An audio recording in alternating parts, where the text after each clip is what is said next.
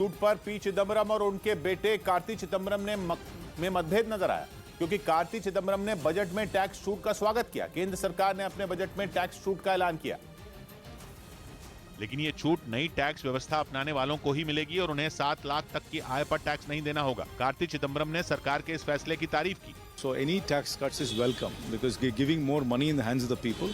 लेकिन कार्ति चिदम्बरम के पिता और पूर्व वित्त मंत्री पी चिदम्बरम ने बजट में टैक्स छूट के प्रावधान में कमियां निकाल दी, यानी अपने बेटे से उनकी अलग राय थी। What about those who have not switched over to the new tax regime?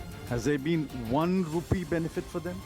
2024 के चुनाव से पहले केंद्र सरकार का ये आखिरी पूर्ण बजट था और कांग्रेस ने इसमें कई कमियां निकाली, लेकिन टैक्स छूट पर पार्टी के 2 नेता या यूं कहें कि बाप बेटे की राय अलग अलग निकली। यानी चुनाव से पहले बीजेपी को घेरने का दांव उल्टा पड़ गया, जिससे सरकार के बजट और बीजेपी की चुनावी तैयारी दोनों का पलड़ा भारी हो गया। इधर बजट के दिन शेयर बाजार में भारी उतार चढ़ाव देखने को मिला। हालांकि बाजार बंद होते वक्त सेंसेक्स और निफ्टी दोनों ही हरे निशान पर रहे।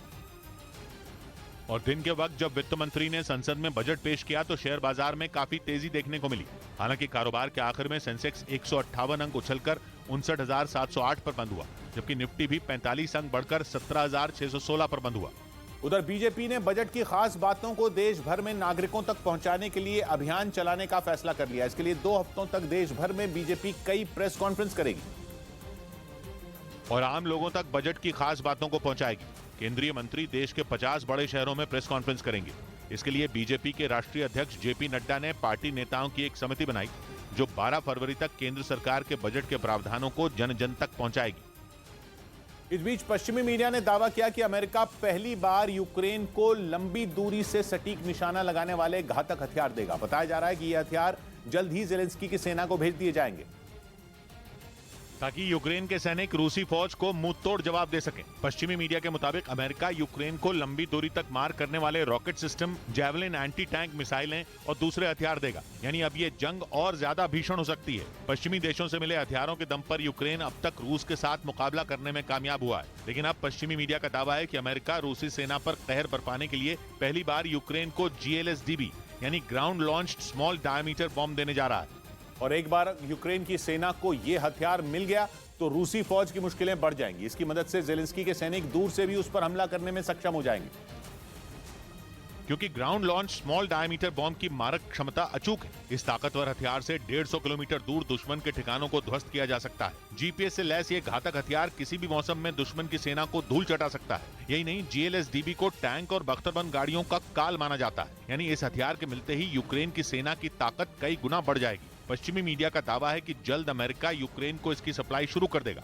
उधर फ्रांस के एक अर्थशास्त्री ने चेतावनी दी कि यूक्रेन को पश्चिमी देशों से नए हथियारों की खेप मिलने से तीसरा विश्व युद्ध हो सकता है।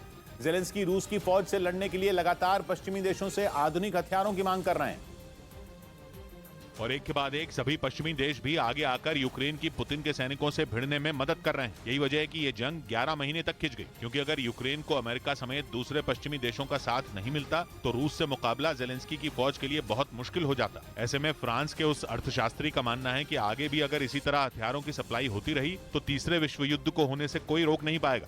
और ये चेतावनी उन्होंने अमेरिका, यूके और जर्मनी के उस ऐलान के बाद दी जिसमें इन तीनों देशों ने यूक्रेन को अपने ताकतवर टैंक को देने का ऐलान किया था। क्योंकि फ्रांस के उस अर्थशास्त्री के मुताबिक अभी ये देश अपने सबसे दमदार टैंकों को यूक्रेन भेज रहे हैं। इसके बाद आगे भी इसी तरह एक से एक आधुनिक हथियारों की सप्लाई यूक्रेन को होती रहेगी,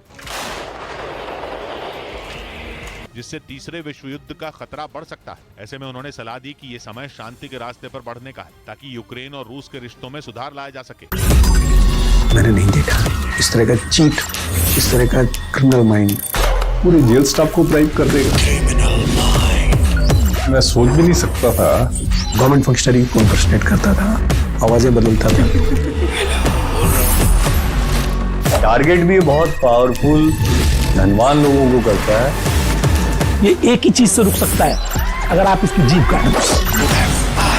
न्यूज चैनलों के इतिहास में पहली बार न्यूज 18 इंडिया की web series FIR number 208 streaming 3rd February 9 PM